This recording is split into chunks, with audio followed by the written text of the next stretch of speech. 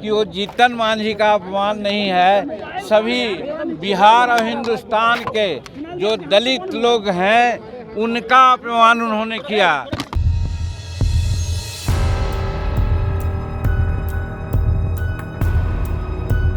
जीतन राम मांझी ने कहा कि विधानसभा में मेरा अपमान किया गया। नीतीश कुमार ने कहा कि कौन कहता है कि जीतन राम मांझी मुख्यमंत्री था। वह जीतन राम मांझी का अपमान नहीं है, बिहार के दलितों का अपमान है। हम कहते हैं कि आपको भाजपा ने मुख्यमंत्री बनाया है और आपने भाजपा को धोखा देकर आप राजद में आए हैं और अब राजद ने आपको मुख्यमंत्री बनाया है। आप कहां खुद मुख्यमंत्री बने हैं? आप भी तो इसी तरीके से गुलमुल नीति करके पलटू राम रह करके सत्ता में हैं। आज हम लोग बाबा भीमराव अंबेडकर के चरणों में माला अर्पित कर यह मांग कर रहे थे कि नीतीश कुमार को सद्बुद्धि दें। आज यहाँ गेट का ताला नहीं खोला गया, विधानसभा में भी बोलने का मौका नहीं दिया गया।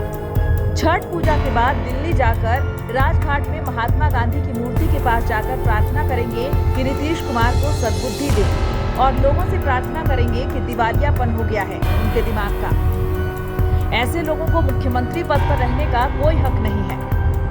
कितना अपशब्द और शर्मनाक बातें कही विधानसभा में वो आप लोग जानते हैं। और फिर दूसरी बात, हमारे ऐसे शेड्यूल कास्ट के नेता जो नीतीश कुमार से उम्र में भी बड़ा है, राजनीतिक जीवन भी उनसे लंबी है और कह सकते हैं कि क्वालिफिकेशन उन्होंने 68-69 में प्राप्त किया और जीतन मांझी 66 में डिग्री ऑनर्स के साथ आया है। कहने का मतलब कि कम से कम विधानसभा में चुने हुए छोटे बड़े कोई भी हो, सभी माननीय सदस्य हुआ करते हैं।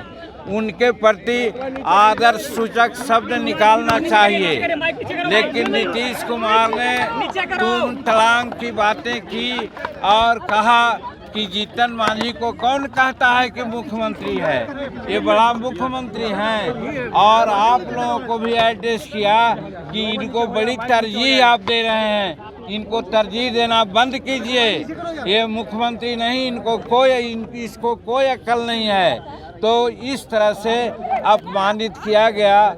हम समझते हैं कि वो जीतन मांझी का अपमान नहीं है, सभी बिहार और हिंदुस्तान के जो दलित लोग हैं उनका अपमान उन्होंने किया।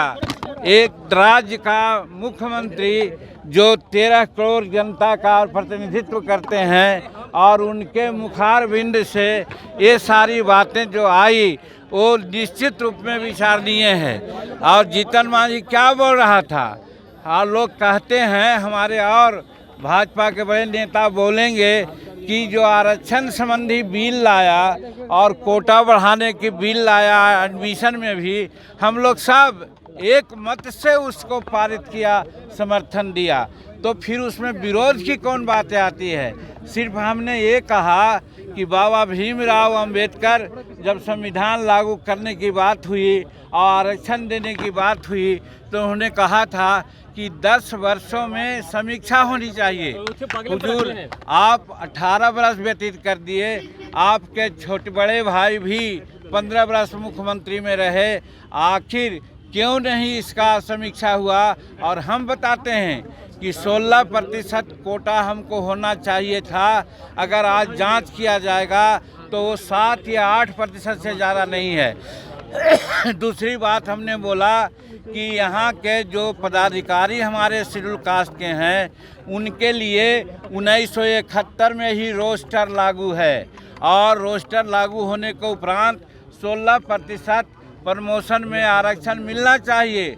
लेकिन आज हमारे शेड्यूल कास्ट और शेड्यूल ट्राइब्स के पदाधिकारियों की गिनती अगर की जाए तो 3.7% उनका प्रतिनिधित्व है। एक शताब्दी में पूरा होगा। माननीय मुख्यमंत्री जी हमको ये बताइए और इसकी समीक्षा कीजिए, इसके लिए आयोग बनाइए और कोई कार्यक्रम अपनाइए। इतने ही कहने पर वो भड़क गए कि इसको कुछ आता है, इसको हमने मुख्यमंत्री बनाया। हम कहते हैं कि आपको भाजपा ने मुख्यमंत्री बनाया और भाजपा को धोखा दे करके अब आप राजद में आए हैं, राजद ने मुख्यमंत्री बनाया। आप कहाँ मुख्यमंत्री बने हैं? आप भी तो इसी तरह से ढुलमुल नीति कर करके पलटू राम बन करके आज सत्ता में हैं। और जीतन मांझी को आप अपना स्वभाव से नहीं बनाया था। आप समझा था कि जीतन मांझी अनुसूचित जाति में भूया मुसहर का लोग है, अब भूया मुसहर लोग बहुत सीधा होता है, हम इसको बना देंगे तो जो कहेंगे वो करेगा।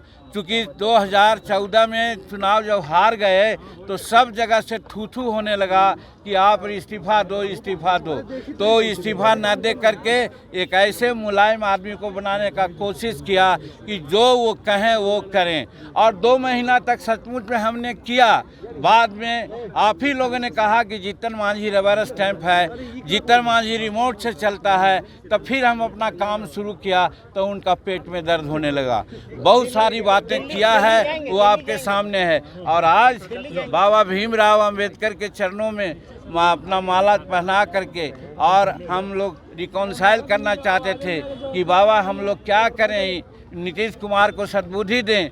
और आज ताला नहीं खोला गया, विधानसभा में भी बोलने का मौका नहीं दिया और आज यहाँ पर बाबा का मूर्ति पर माल्यार्पण करने से भी रोका गया।